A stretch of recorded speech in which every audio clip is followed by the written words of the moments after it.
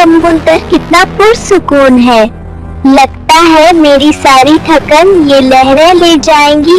ये क्या, इतनी बड़ी व्हेल मछली? तुम मुझे खाने नहीं वाली?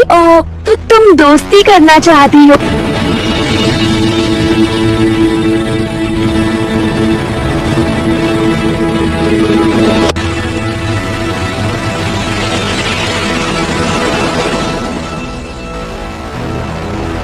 रन है, वहाँ बहुत से अभी जानवर थी।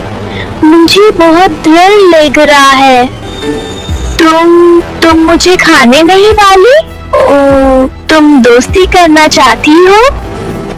माफ करना, मैं समुद्र की कचाई जानवर नहीं खा सकती, इसीलिए मैं बीमार हो रही हूँ। जाओ जूलिया।